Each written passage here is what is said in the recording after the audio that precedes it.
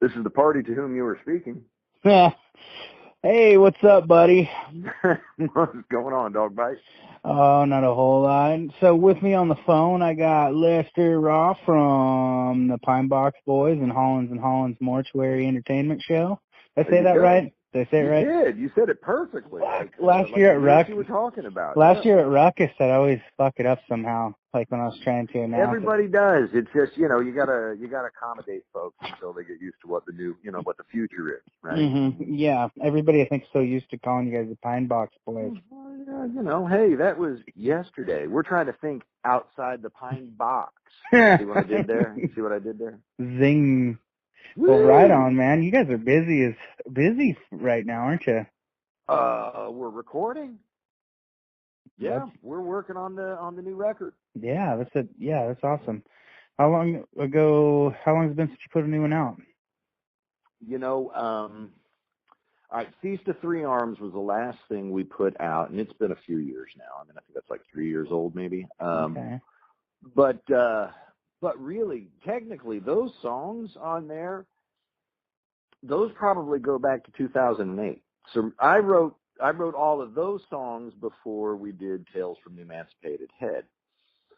And what had happened was I'd written all those songs for Feast of Three Arms, and actually we were over in Europe, and we were there for a very long tour, and we had like a lot of downtime, and I would write songs, and then Possum would learn them on the banjo, and we had the whole album worked out, and then we were playing the Ink and Iron Festival on the Queen Mary, and we're out there with all the gearheads and the rockabilly psychobilly crowd, and someone was like, yeah, we're not doing this record, we're going to do this record. And I wrote a whole other album, which was Tales from the Emancipated Head, and so really that was kind of like the last Pine Box Boys stuff I wrote was Tales from the Emancipated Head. We just didn't Okay. record Feast of Three Arms until later. Mhm. So this next album, is it a Pine Box Boy album or is it a Hollins and Hollins? I mean, really is kind of we've had some personnel changes with Jimmy joining the band, and he's still the new guy, and then of course Slade on drums. We're calling it the Hollins and Hollins Mortuary Entertainment Show, Mhm. and I guess that's kind of the new name of it. I mean, we'll still trade off the old name. I mean, if that's what folks want to remember us as. I'm a little tired of playing Stab over and over again. Yeah, I understand how that goes. I really do. I mean, fans don't get it because it's just they love those songs, and I'm an asshole because I'm just like I'm not playing that fucking song. Fuck, I get that way sometimes too. I mean, sometimes, like most of the time I'll be like, oh, you want to hear that song? Okay, and I'll play it. And then, like, sometimes I'll just be just the biggest jerk in the world. I don't know what song you're talking about. I've never played. No, that's somebody else's song. Do you know what? 357 did that song. That wasn't one of ours. Yeah, we never played Beauty in Her Face. That you must be confusing us with Bob Wayne. And and then whenever actually I will, when somebody just totally convinces me, like, do you know what? Actually I got engaged to like Beauty in Her Face was playing in the background, and I got engaged to that song at the same time my grandmother died. And so, and that was, this is like the third anniversary of that night. Could you do that song for me? Okay, I'll do it. And then I will screw up all the words, But don't ask me to do songs I don't normally do. I don't remember them all. Yeah. I don't listen to my old albums. Yeah, in fact, I don't like listening to my old shit, so there's God, like... no.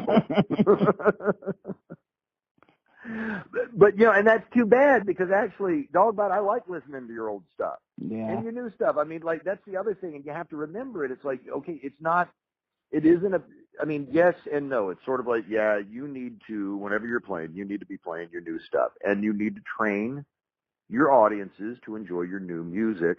Mm-hmm. At the same time, you do have to remind yourself, it's like, look, man, they don't have people don't have the same relationship to your, old songs that you might have. And I was actually grateful that the last time I saw King Crimson perform, they did 21st Century Schizoid Man, and they haven't done that in eons. They just, in fact, they would flat out refuse to do it. And now the current touring version of King Crimson does 21st Century Schizoid Man, and I think that's kind of cool that they would do that. Yeah. Yeah, it's cool to keep like that revolving door of songs going. Yeah. But you know, and that's kind of the fun thing of working with Slade on drums. He's you know, and actually Possum was really pushing him on this. Like, well, what of you know the back catalog do you want to play? And you know, and he's like throwing out stuff. He's like, yeah, I want to hear the Doomer. You know, and suddenly like you know like having.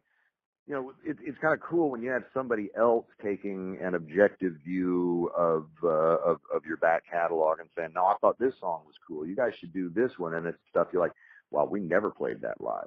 You know, I mean, I think we played the Doomer live like maybe twice, 3 times. You know, and now it's something that we're putting back into the set, and actually Possum's learning it on the tenor saxophone, and you know, and it's gonna sound like 21st Century Schizoid Man when we bust it back out again. You know, but you know, and that is the fun, you know, part of it, you know. I mean, and it's not that I hate any of my old songs. Just if I like, you know, look at you kind of funny when you're like, "Come on, man, why won't you do?" You know, and they ask that song that you don't want to play anymore. It, you know, just give me a break. I might want to play it again in a year or two. Yeah, that's a good way to put it. And sometimes like, the more somebody jabs at me while I'm on stage, the more I don't want to play it, kind of, you know. And a lot of it is like, it's not so much my ego or like the "fuck you, this is my show" kind of thing. It's like, I don't think people understand, especially for like a guy like me. Some people are like naturals, but for a guy like me, I gotta concentrate real hard just to fucking pull a C+ on stage sometimes, you know. No, I get what you mean there, and I mean it's like I haven't sung,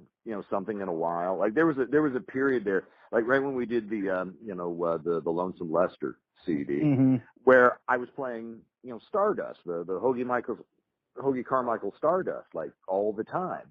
And I had this really super great version that I was playing on the ukulele, and you know, and I had gone to, you know, Hoagie Carmichael's original score, and then I like transposed it to a key that was good for my voice, and then I learned it on the ukulele, and I played it all the time, and then it was like, okay, I've been playing it too much, and I stopped, and then somebody asked me to play it, and it was like, yeah, what now? Hoagie Carmichael's what? Star what? What dust? What? I had no idea what they were talking about, you know, and I had to relearn the whole thing.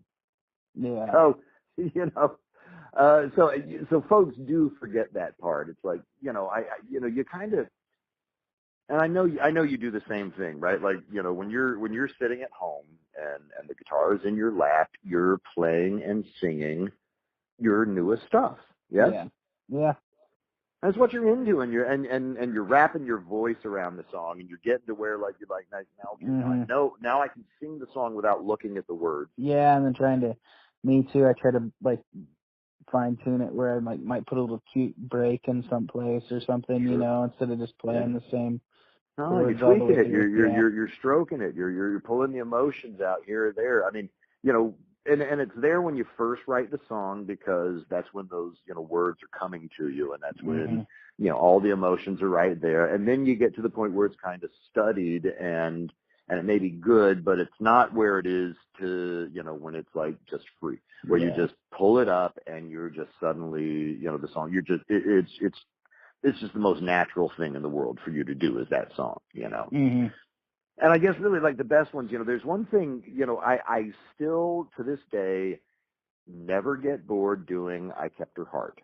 I don't know why. That was one of like of all the Pine Box Boys songs, you know, I mean, you know, we were you know, I mean, we got started just, you know, we were doing a whole other band, and then we, you know, it was the same musicians, but we decided, hey, let's do something like this. And that was one of the first songs I wrote for that band, and I was kind of like, yeah, that sort of nailed the form of the murder ballad just kind of perfectly. And it reminded me the most of stuff Granddaddy used to play and the stuff my mom used to sing to me when I was growing up, and it just, you know, it was like my first original murder ballad. You know, I wrote that one about the same time I wrote New Moon, and both of them just kind of came out. And it's like, Yeah, okay, I'm probably not going to get much better than that. Like, yeah, that's about it. And I can still, to this day, you know, if somebody says, you know, they shout out, you know, I kept her heart. I'm like, oh, you're right. Yes, I haven't done that yet. Let's play it, and I'll do it, because that's one that I never mind playing. Yeah. Yeah. Yeah, I've got a couple of those too, but I got a lot that I just kind of wish would disappear. Yeah, and you know, and just remember, at some point somebody's going to ask you to play them because their emotional reaction to that song is not the same as yours. And yeah, and I had this conversation with somebody else the other day where I kind of said, like, how I kind of look at it is once I write a song and I get it out there, it's not mine anymore. Mm-hmm. You know, like, I mean, and this is, I mean, part of the fucking reason that I got into music anyways is because it's always been therapy for me. So, like, I've always wanted to help somebody else, you know, get through shit with music as well. So, like, you know, if somebody connects to my song, even if it's got absolutely nothing to do with the reason that I wrote it, you know. No, it's totally true. Yeah, and that song means something to somebody else. You give birth else, to these things, Mama. Mm-hmm. Hey, Mom, you gave birth to that song. Now your little baby's running around, little barefoot baby running around, and everybody's loving it. But 17 years down the road, that song has matured to something else for that person, you know. Yeah. And yeah, you know, you let that kid go. They're, you know, they're running their own life out there. Mm-hmm. You know, I've had a couple of you know, kind of cool moments. I mean, there's this songwriter singer out of Colorado, Andy Palmer, who you know, he contacted me a few years ago. He's like, man, look, I've been doing, you know, Will You Remember Me in my set, and his version, it doesn't sound anything even remotely like the Pine Box Boys version. Yeah, you know, I'll check it out. It's fucking sweet what he does with it, and it's. But I mean, there's no, you know, you're not going to it to hear the, you know, Tim doing the bowed bass, and you're not going to hear the throat singing, you know. But he pulls, you know, something entirely different out of the lyrics, and it's very gut bucket, and you know, and it just it feels great, you know. And I just love him, and I love his original stuff too. But I was so touched that he did that song, and again, that's kind of, you know, one of those reminders. It's like, yeah, you know, I mean, you know, other people, you know, relate to this stuff in a way that's quite beyond your control once it gets out there. And that song, Will You Remember Me? There's a few different versions that, you know, people have like sent me online of them doing that song, and you know, and it's like, wow, you know, y'all keep doing it. Y'all are doing it better than me, so just keep it up. Yeah. Have you ever had anybody tattoo any of your shit on them? Yeah. That's a cool feeling. You know, except it's not, you know. You don't think so?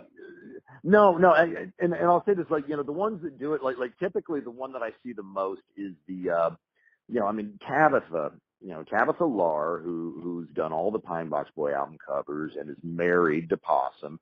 And by the way, she was doing the album covers before she married Possum. There's no, you know, I mean, she was part of the organization before that happened. You know, her artwork is amazing. I have, you know, one tattoo on my arm that she designed. I have another tattoo where, you know, the artist was copying what she did to kind of make it look the same. You know, she's got a very, very distinctive style. And a lot of people have done the you know, the main logo, the skull with the sort of the Amish hat on there. But the other one that people do a lot is the cover to Child of Calamity. Mm-hmm. Which is, you know, it's a rip-off of a Johnny the Homicidal Maniac comic book cover. Okay. So people who are into Invader Zim, you know Johnny Vasquez and all that. I didn't know that he did Invader Zim too. It makes sense. Oh yeah. He did totally that. Makes sense. So there's this you know, one cover, and it's you know, it's Johnny the Homicidal Maniac sticking the shovel into the ground, and the moon's behind him, and I had done sort of a kind of a riff on that we were using for a poster. And then Tabitha was like, yeah, I'm going to take that, and I'm going to do, you know, you in that style. Now, if you hold it up next to the comic book cover, you can kind of see like, oh, I see what's going on there. But Tabitha's take is totally unique. And a bunch of people have had that image, tattooed on them someplace. Now, if you don't know it's me, there's no reason to think that, there's no reason for somebody to say like, oh, they got Lester Raww tattooed on them. They got this image tattooed on them. But if you look at the photograph that Tabitha took to do that drawing, you're like, yeah, that's Lester. You just full on got Lester tattooed on you. And that is kind of weird when people show off a tattoo and they're like, yeah, that's me. That's me.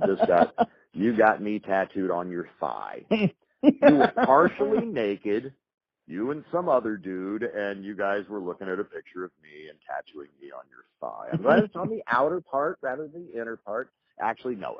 You know what? Tattoo me wherever you want to tattoo me. That's fine. Oh, that's funny. Only people are going to have a tattoo of me on their ass, Like, oh, yeah, I'll show you, Lester. Here's where I got to tattoo your face on my butt. Don't worry. Nobody listens to my show anyway. Oh, sweet. Well, nobody listens to my music either, so we're in a good place there. So, how's the weather down there right now? Yeah, you got to be kidding. Man, you must know. It's colder where you are, right? Because of this weird polar vortex. Yeah, but God, it's been so fucking warm until like a week ago. It's fucking weird. Man. Look, it was really cold in San Francisco. And then so, this first part of the recording that we're doing, Colonel Leather and I, we drove up here to Arcata. Slade's just got, he lives in this beautiful Victorian here in Arcata, and he's just got this beautiful room with, 1, 2, 3, 4, 5 drum kits. No, it sounds rough. This place is so sick. It's just amazingly rad. And Jack Gibson from Exodus, he's producing this thing. Oh, is he there too?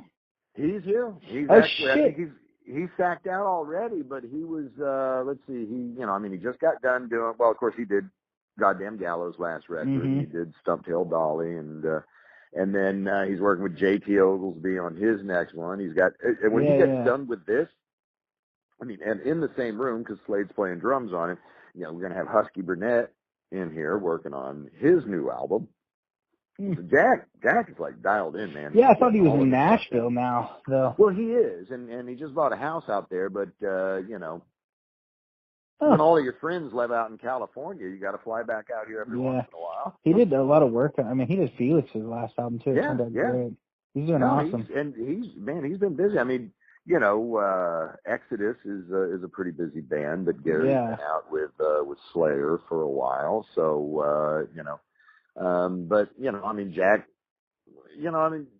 ever since, we all know Jack from Coffin Hunter in addition to Exodus, and he loves this music, he loves this scene, and he just, he came through on this one, and he was like, hey, here's how we're going to do this record. And we were all like, yeah, we're on board, let's do it, and then so he's up here, and we're getting it all done. But anyway, driving up here, we drove through, snowflakes that were about as big as a dinner plate falling out of the sky. I was like, no, we're way too close to sea level for this much snow. And I've been freezing up here, and I'm one of those people that gets really, really cold anyway. Yeah, I don't like being cold. No, I don't like it at all. So, yeah, we're stinking cold. There was sunshine today, so there were a couple, but if you sat in in a window that was facing the sun, then you could get warm. Yeah, that's how that worked. Huh. Yeah, that's kind of how today was up here, too. It was like nice during the day, probably about 50, and then the second the sun went down, it started fucking snowing again. Yeah. Oh, jeez. So, yeah, I'm hoping I got to be in Portland next week, so I'm hoping the weather lets up. But, it's good, though, that it's doing this, because those fires last year, man. Yeah. You know what? I really don't complain about the rain, Yeah. And, plenty of good friends. Hello, Bob Witt. I bet you'll actually listen to this show. A lot of folks got absolutely screwed in the, out there in the campfire. Yeah. And, just good people. And, I know folks want to pretend that, it's cold. There must not be global warming. Oh, yeah, folks, like our president. Yep. Science is a thing, Yeah. Science isn't like made up, and it's not fake news. And when you've got this many scientists actually saying something's happening, let's go ahead and listen, people. Yeah. We don't have to be idiots. I'm not saying like everybody's going to be like following the white dresses in Congress now, but at the same time, folks, don't be idiots. Just don't close your ears to. Yeah. It might be time to allow some better qualities I of fuel. I think so. There's other voices out there that we should listen to.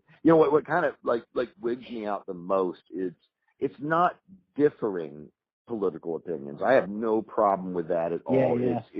It's rigid adherence to like, hey guys, come on, they're politicians. They're all liars. Yeah, that's kind of where I'm at with everything, Yeah, it's like, look, just, I heard this guy, I was at a conference, because, in my other world, I'm in education, right, and I was at this conference, and this guy, Howard Fuller, was speaking, and, here's a guy who was leading marches in South Carolina the day after Martin Luther King was assassinated. He fought with the rebels in Mozambique when they were seeking independence, right? And here's this guy, so I'm at this education conference, and he is talking about, he's talking about public education and the ideal versus, say, the way it's actually come out into being. And he says to this group of educators, he says, yeah, I kind of think charter schools are a pretty good idea. Well, as public educators, everybody suddenly we're all sitting up, hair on the back of our neck, standing, kind of, oh, where are you going with this? And then he takes it a little bit further and is like, yeah, I actually think vouchers are not necessarily a bad idea. This is an African American, civil rights leader dude, and he's suddenly telling us stuff that, public educators absolutely, just get repulsed at. People are walking up. I mean, they're getting up and they're walking out. And he's like, yeah.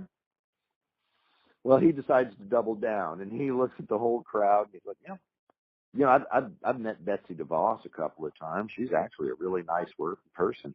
I mean, people just get up and they walk out of this conference and drove. Finally, once once it's settled down, and out of about, the 60, 70 people that were in this room at the beginning, there's maybe about 20 people left. And he says, all right, now we can have a real conversation. He says, you know what? He says, I'm not an ideologue. I'm a pragmatist. I want to talk about things that work. I don't want to talk about our political ideals. and we just went from there. And you know what? We had a great conversation. It was a great, everybody came from different perspectives, but you know what? Yeah. I mean, the idea was, let's not talk about what we think is supposed to be right. Let's look at what works, and we'll start there. And that makes a lot of sense. And this was in New Orleans, and they're dealing with this in a big way because, they've been let down by their public education system, and actually a lot of places have, and so let's not talk about our what we think is the most brilliant idea. Let's look at data. Let's actually have some real conversations, and not let our political ideologies guide us. Yeah, I couldn't have said it really any better than that personally. Like you said, they're all screwing us, and yeah. One thing that kind of worries me is honestly, it's like not just that Trump might do an 8-year term, but it's like, what kind of dipshit are they gonna put in to run as a Democrat that's gonna take over? Because people are just gonna be like, fuck it, Right? Anything has to be better than Trump. Right now, the Democrats are absolutely destroying themselves right now. Well, yeah, they're going to eat themselves up from within, and.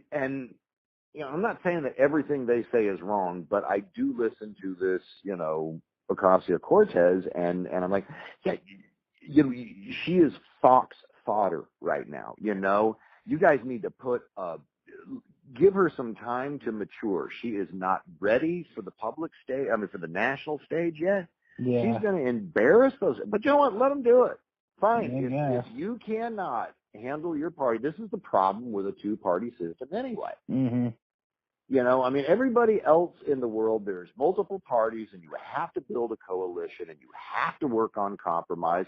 And we do this whole, like, no, it's got to be one or the other. Yeah, and also, like, my kind of thing, I was, like, kind of thinking about it, like, why is there fucking parties anyways?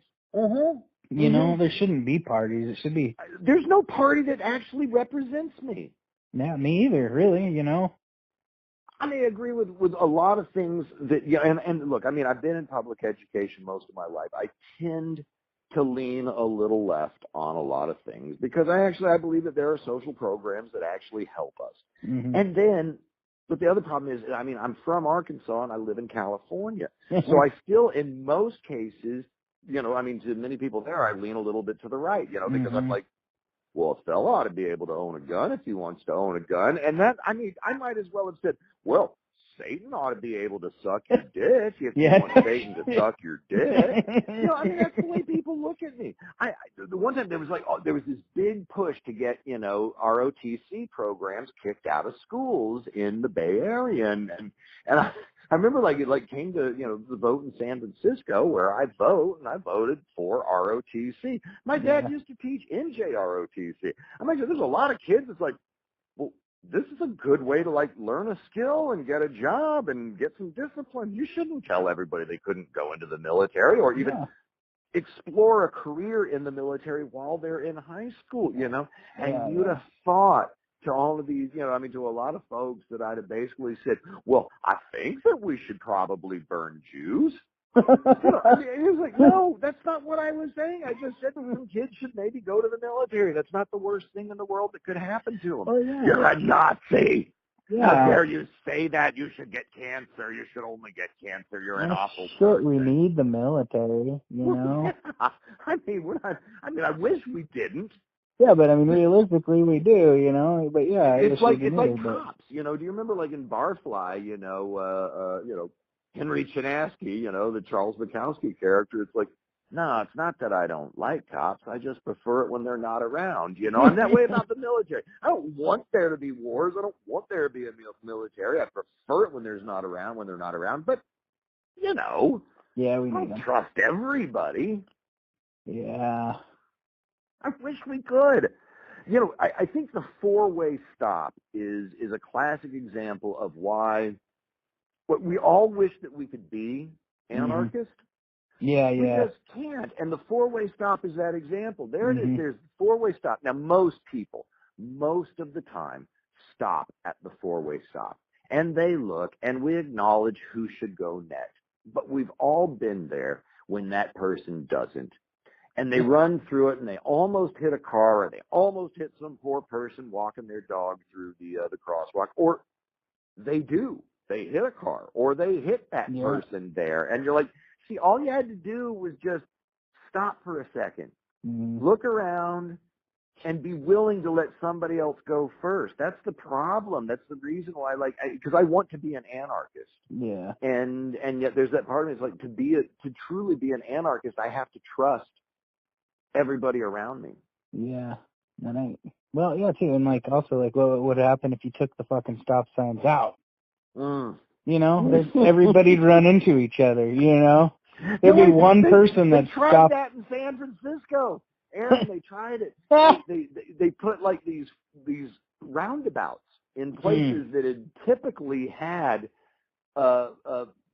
four-way stops, and they tried doing these roundabouts in there, and basically bicyclists kept getting killed. Yeah. We have them up here, and they work okay now, but, dude, for like a few years, they were a train wreck. You got to get used to those fucking things. I think so. We see them all the time whenever we're in Europe. I mean, Europeans are totally respectful of their bicyclists. Yeah. It's like pedestrians, bicyclists, and then cars. And everybody, they get it. It's like, no, pedestrians first, bicyclists next, and then your car can go. Well, and it takes a lot more to get your driver's license over there. And it takes a lot more to get a car over there, too. So, they don't just give them you can't just buy a car for $100 over there and get your license, you know. Like, I know a few people from over in Europe, they say it's a pain in the ass to get your license. You got to go through a lot more than you do here, you know. You know what's hysterical is I think about all the times they've let me rent a vehicle and drive over there. Yeah, because you got a lot. Yeah, they don't care about you. Really? Do you know what I've done? I mean, you have no idea my driving record back in the States, and you just let me rent a car, and now I'm on the Autobahn. Huh. Now what's going to happen? No shit. I'm picking up a hitchhiker. That's what I'm going to do. I'm going to pick up that hitchhiker in my little Dodge Sprinter, and then I'm going to try to hop back out there at, I don't understand what these KMs, what it's like KM? Crazy miles? Is that what it is? We're going crazy miles per hour? Okay, I can figure this out. It's that song that the left-wing cruisers do where they're talking about, all the traffic cameras, over in Europe and getting the tickets. It's true. It's weird, when you're an American learning to drive over there. And most of Europe, you drive on the right-hand side of the road, Yeah. It shouldn't be that hard, but still, it's different. It's different. Yeah. Huh. Dude, thank you so much for helping us get the gig up at the Valley. Yeah, man. With Shotgun Kitchen, with Stoned Evergreen Travelers. Yeah, you guys. I was gonna say you guys got a run coming up. I'm looking forward to. I've been checking out Shotgun Kitchen now online. I don't know them yet, and I'm looking forward to. But like when I told the rest of the guys that, we're doing a show with Stoned Evergreen Travelers. I was like, what? Really? Everybody's pretty damn psyched. That is one of the favorite bands, and the first time I ever saw them was at Ruckus. Yeah. Yep. Yeah, I know Kevin's excited, and they're all excited to see you guys. There's actually, I invited everybody that I know up there to the event today. There's a lot of fucking people that are excited. I've got a show up there 2 weeks before that, but we might go back up for you guys. Oh, please do. Come on, dude. Just come hang out. Yeah, we'll see how things look. I think my old lady would probably want to go too, just so find a dog sitter and I get that. We've got my wife and I have an old dog, and it takes just a little bit more to get a dog sitter these days than it used to. It's easier to find people to watch my kids than it is my dogs. Yeah, isn't that true? Mm-hmm. Yeah. But I assume at this point, how old are your kids? Paige is 10 right now.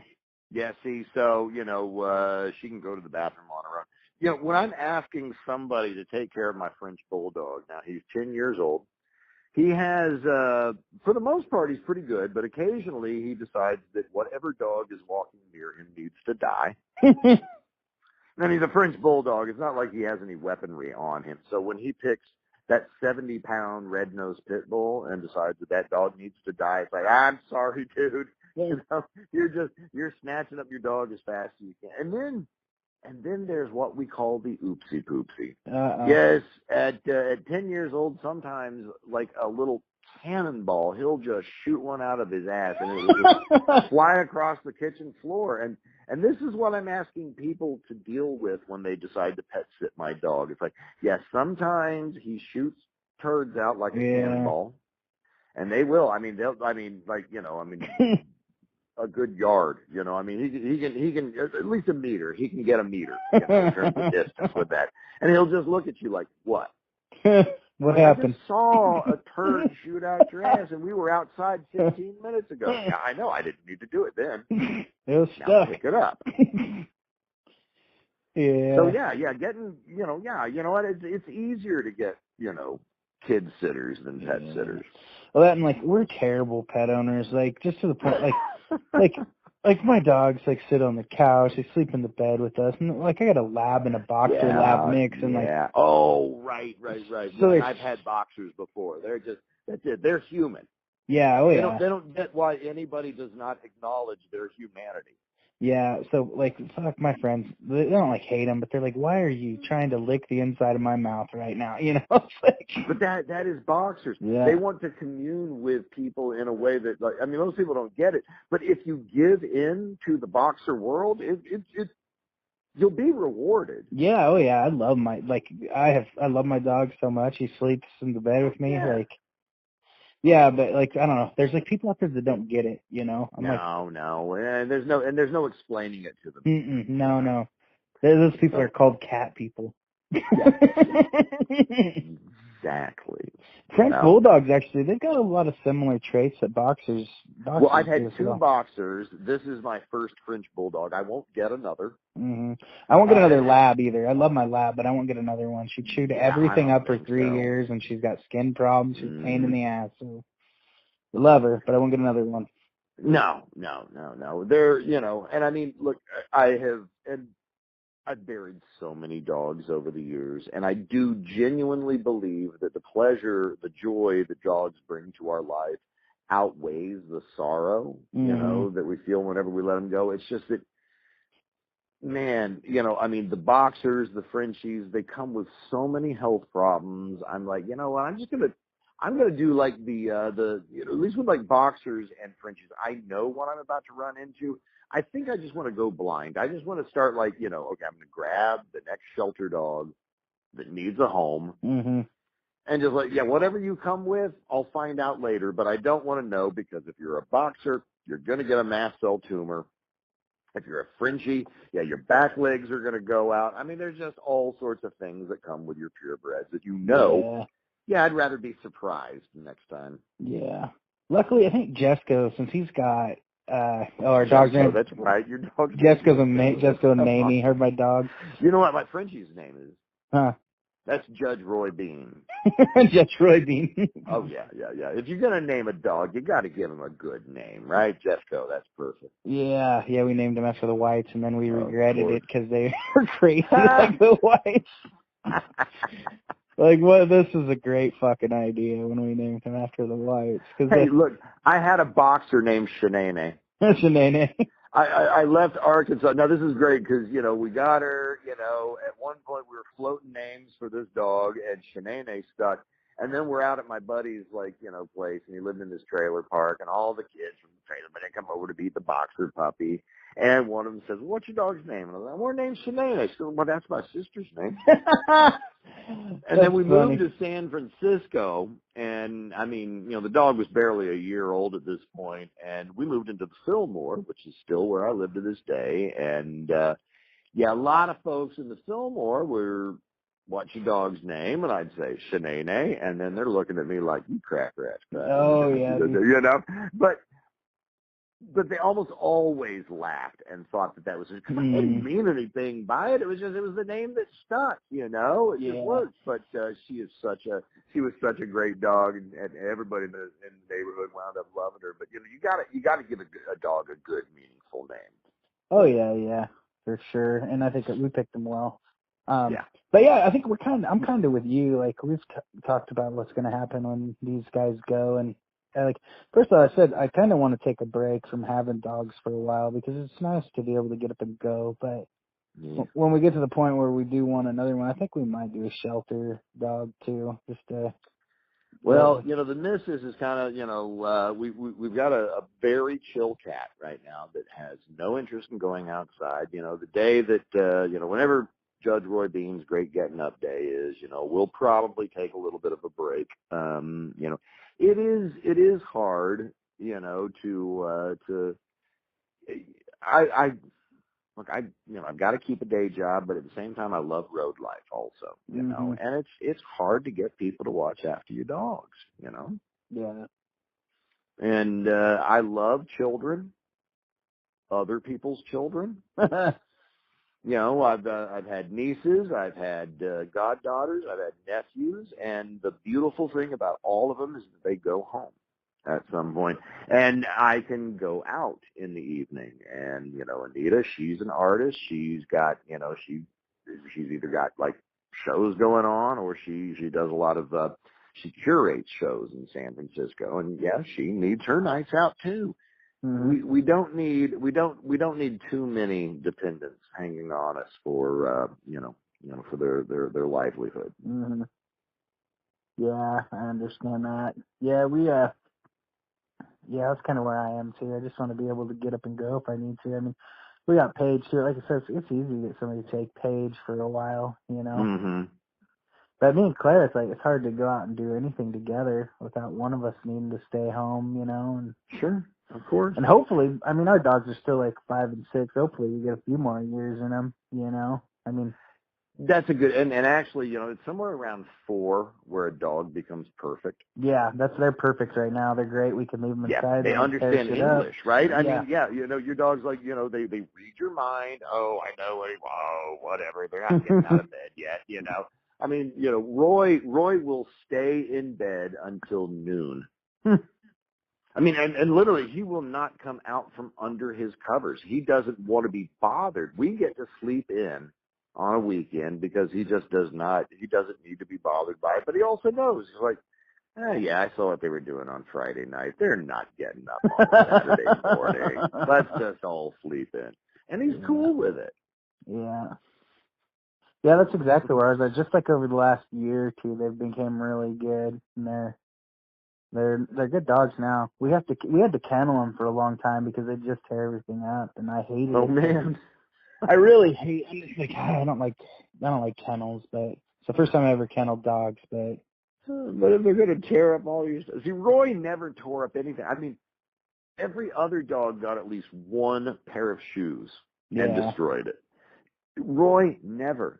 I mean, he's never destroyed anything. He'll protect a toy.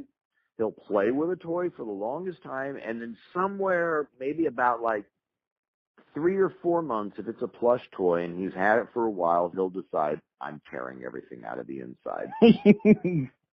But he'll take care of it up until that point. He's really sweet to his toys. Yeah, that's how Jessica is with his, too. It's weird, too, because Mamie's the female. You think she'd have the motherly instinct, but she just tears everything up, and Jessica's the one that babies everything. Maybe it's mothers are getting out what's actually deeply inside them. That thing was on my tit. Do you know how long it was on my tit? I'm fucking this is what I wanted to do to it when it was on my tit. Yeah. My mom was the one that taught me all of these old murder ballads. And, and look, my mom is a wonderful, loving woman. I adore her. And yet there is still something very weird and creepy about her, and that's what makes her even more awesome. That's funny. Yeah. All right, so you guys are in Portland. Sorry, I'm gonna switch gears here. Yeah, okay, so Portland is Thursday, April 11. And that, let's see, we're the support act for Shane Smith and the Saints. Yeah, I might end up opening up for them this summer, too, actually, so it's random you're hooking up with them. Cool. Yeah. Oh, wow. Have you played with them before? No, I wasn't familiar with any of the stuff until Frank offered us the gig, and I checked it out. I was like, yeah, would totally be cool. We may scare his fans away. I don't know. His music's a little nicer than ours. Yeah. Sure. Yeah. But whatever. Hey, they both. If your music doesn't, your fans probably will. There we go. Yeah. And I love it. There's already a bunch of folks that haven't, seen us in Portland for a while that say they're coming out. And I know them, and they're good, crazy people. So, bring the crazy. Let's do it. Let's make a statement over there. Frank will have us some other time, and we'll take over Dante's. But I'm thrilled. We haven't been to Dante's in a while, and he was the first. Frank was the first guy that ever brought us into to Portland, and it was to open up for Nina Hagen. Yes, our first gig in Portland was opening up for Nina Hagen, and that is still one of my favorite rock and roll memories ever. Cool. She was amazing and crazy and just everything you wanted her to be.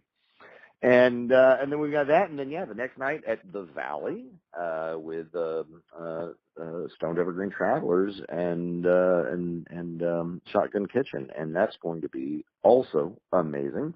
And I've got a buddy of mine from Arkansas who lives in Tacoma now that's all psyched to be able to come out and watch us play there.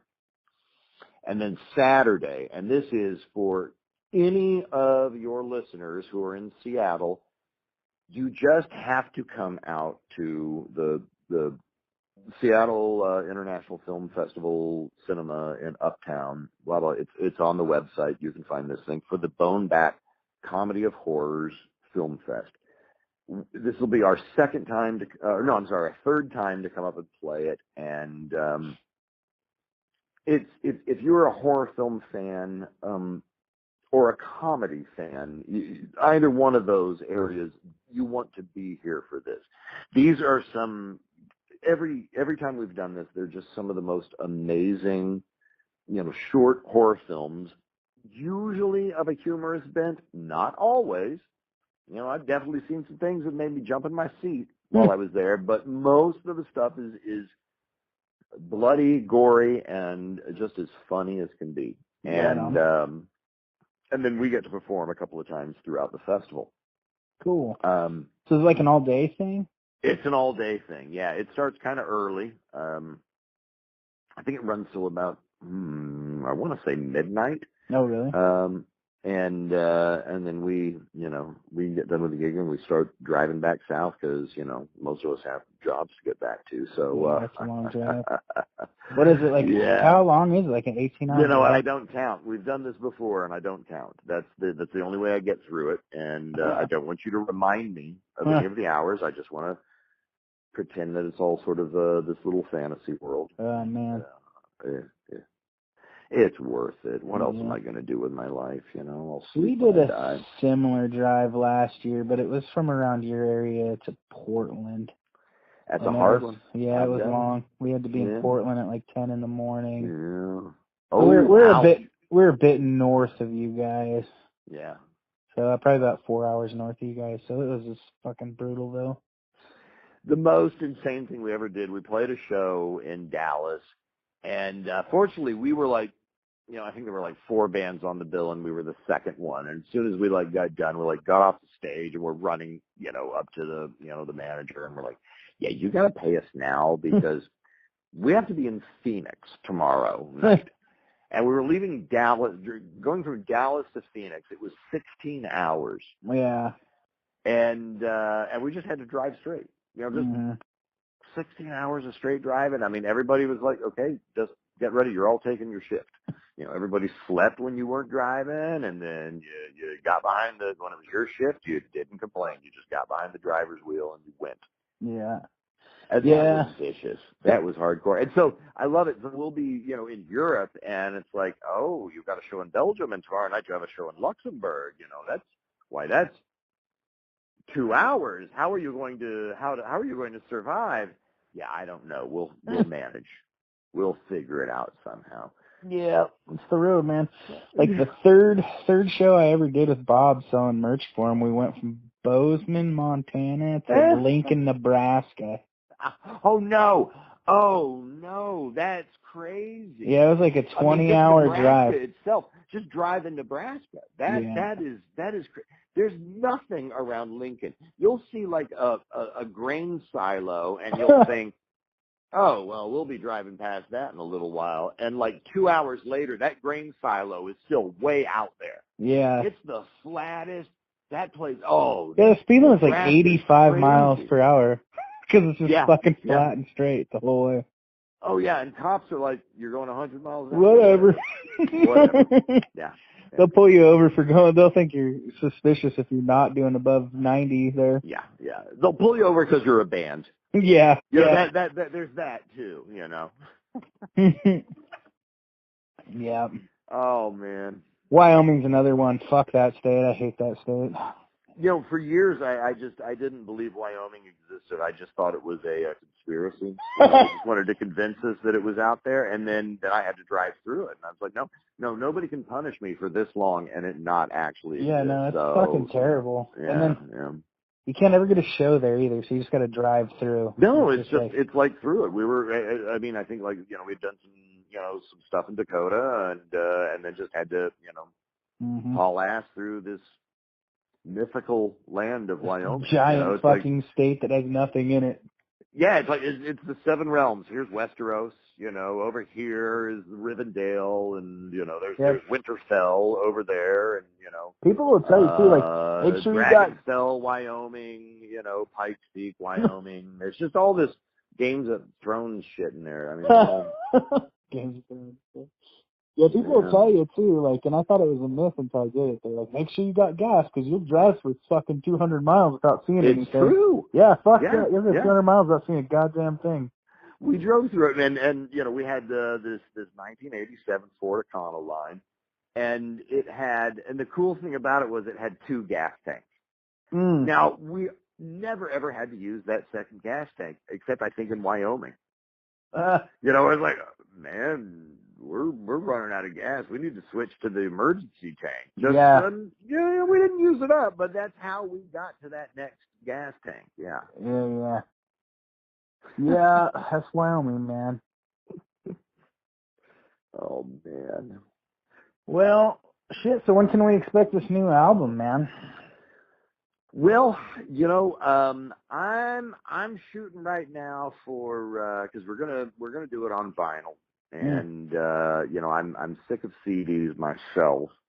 I'm thinking it's just going to be available on vinyl and digital download. And if we do go that route, there's a lot of back and forth, and I'm shooting for an October release on this because I want perfect timing. Perfect. Yeah. This is, my goal is this is going to be my Halloween present to everybody. I got a big show in October coming up. We're gonna do. I actually team up with a record label out of Tacoma every year called Splatterhouse Records, we do a show around October. So if you guys are gonna you guys have done that before. Yeah. So if you guys are gonna go on a tour for that, always have our Halloween shows, booked. But yeah. Well, I think we usually do it like a couple weeks before Halloween. So all right, we don't ever do it right on. Yeah, for sure. That would be fun. Yeah, almost. Yeah, we're when you kind of carve the niche, that the Pine Box Boys have, it usually centers around Halloween. So that is a popular time of year for our band.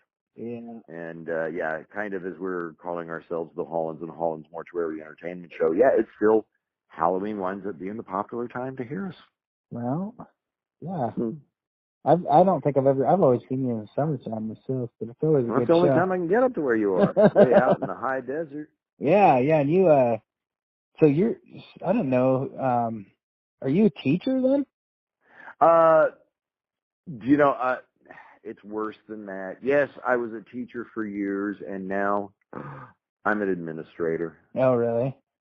Yeah. For like a college or like a high school?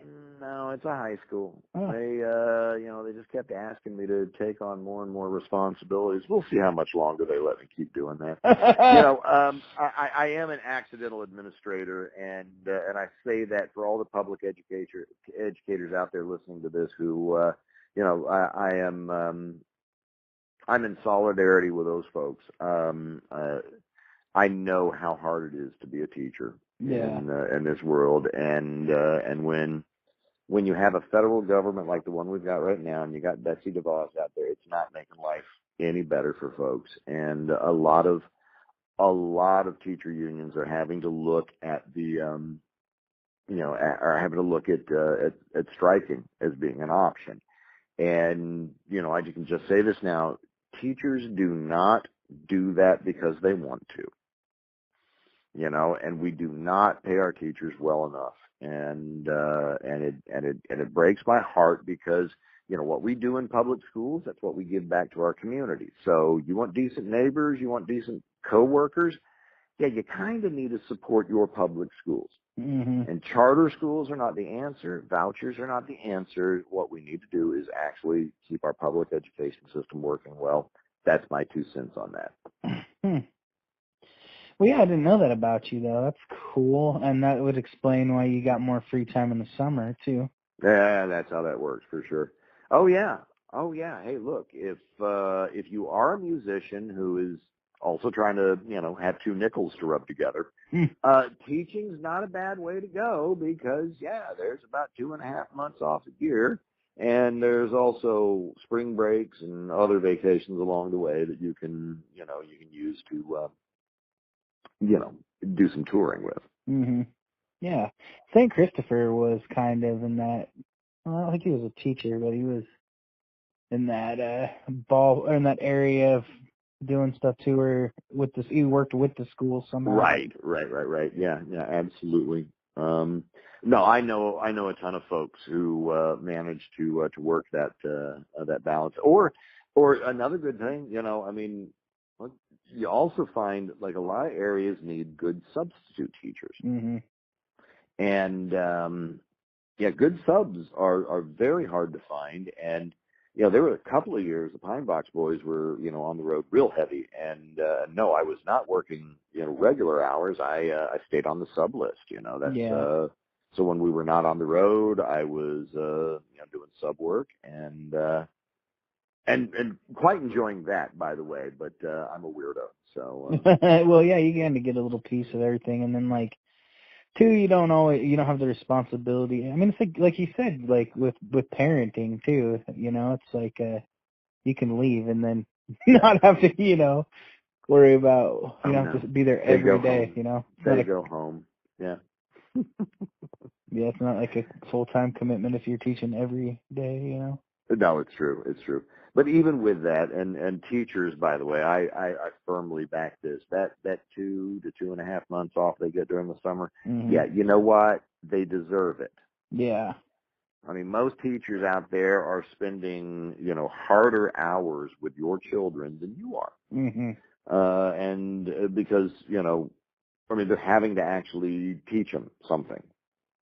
So love your teachers, y'all. When you hear that your PTSA or whatever, PTO or whatever is having some sort of teacher appreciation day, kick in a little bit, help out, tell the teachers that you appreciate them, and yeah, I mean, whenever people start barking about socialism's bad and all of this, just remember you probably went to a public school yourself. Yeah. And, we kind of need them. I mean, either that or we could have an entire country of people who believe that, we should throw bones at the sun because it's an evil thing up in the sky. And Jesus rode on the back of a dinosaur and that kind of stuff. Yeah, and we're going to fall off the side of the earth at some Oh, dear God, don't get me started on that. Flat Earth theorists. I don't even want to go there. Yeah, let's not. No. It's self-explanatory anyways. It's just silly. Well, shit, so, all right. Start wrapping up here. Let's, so you got any other shows coming up besides the run up here in the Northwest?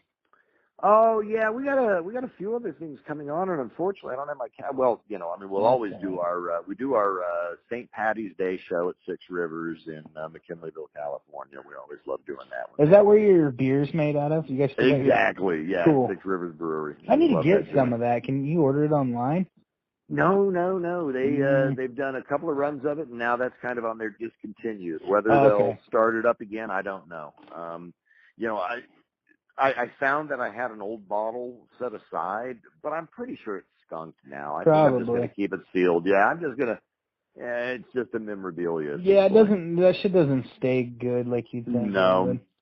Jimmy's got a couple of cases, and we have this whole idea, that we know are skunked, and we really just we want to take him out to his cabin out outside of Sacramento, and we just want to basically shoot him with shotguns and just videotape it. You should sell them at your merch table. You should crack it open and dump it out in so much right. Yes. I dare you to drink this. Yeah, like you buy it or you buy a chance to take a sip of it, but you have to sign a waiver first. We will not sue the band for the botulism we are about to ingest. What's up with your hot sauce? You guys got all kinds of Now that hot sauce, that's our buddy Jam and Jelly out in Lake Charles, Louisiana, and he's been a friend of the band. He used to live here in McKinleyville, up in Humboldt, but he's back to his regular stomping grounds where he's from, out there in Humboldt, and out there in Lake Charles, Louisiana. But he makes he makes several great hot sauces. But yeah, one of them is the Graveside Quartet's blood sauce. And frankly, it's delicious. I mean, he uses blood oranges in there, and okay. That's part of that. No, I'm sorry. Actually, I think it's cherries. It was going to be blood oranges, and he actually wound up using cherries in there, which is where it gets that really red color, and it's delicious. And it's all available online. Jam and Jelly's hot sauces. Right on. So, what's your website? Can you get you can get that and all your other stuff on the website. Yeah, right? just head straight to thepineboxboys.com, Okay. and very soon it will be also, you can go to hollandsandhollins.com. It'll all go to the same place. Cool. Yep. In the meantime, the easiest way, if you've got to get in touch with one of us, you go to the Pine Box Boys on Facebook, or you go to Lester Raww on Facebook, or any of the social media stuff. We're let's face it, most of us check that stuff more regularly than anything else. Yeah. Yeah, email is kind of like, oh yeah, I have an email and I'm supposed to check that every once in a while. Yeah, I hear you. Yeah. Well, thanks for coming on, man. I appreciate it. It's been great having you. Oh, Dogbite, thanks for having me on here. I know we've been talking about doing this forever, and I'm glad we finally got around to it. Yeah, and it was good timing too, man. So what do you guys got a name for the new album? Yeah, it's the Hollands and Hollands Mortuary Entertainment Show presents Raww Acoustique, the acoustic razor. Possum has moved to, Possum does not shave with an electric razor. No, he only shaves with an acoustic razor. Raww Acoustique, available in fine razories everywhere. Is a razory a thing? I don't know. Anyway, yeah, it's all about the razor that Possum shaves with. Right on. Awesome. Well, thanks for coming on again, man. I'll put links to all your stuff up on the description for the video, and I'll let you know when it comes out. I really appreciate you coming on, Lester, and hopefully I'll see you here in a month or so. Yeah, I look forward to it. All Thanks right. for everything you've done, man. Yep. Later, buddy. All right. Bye now.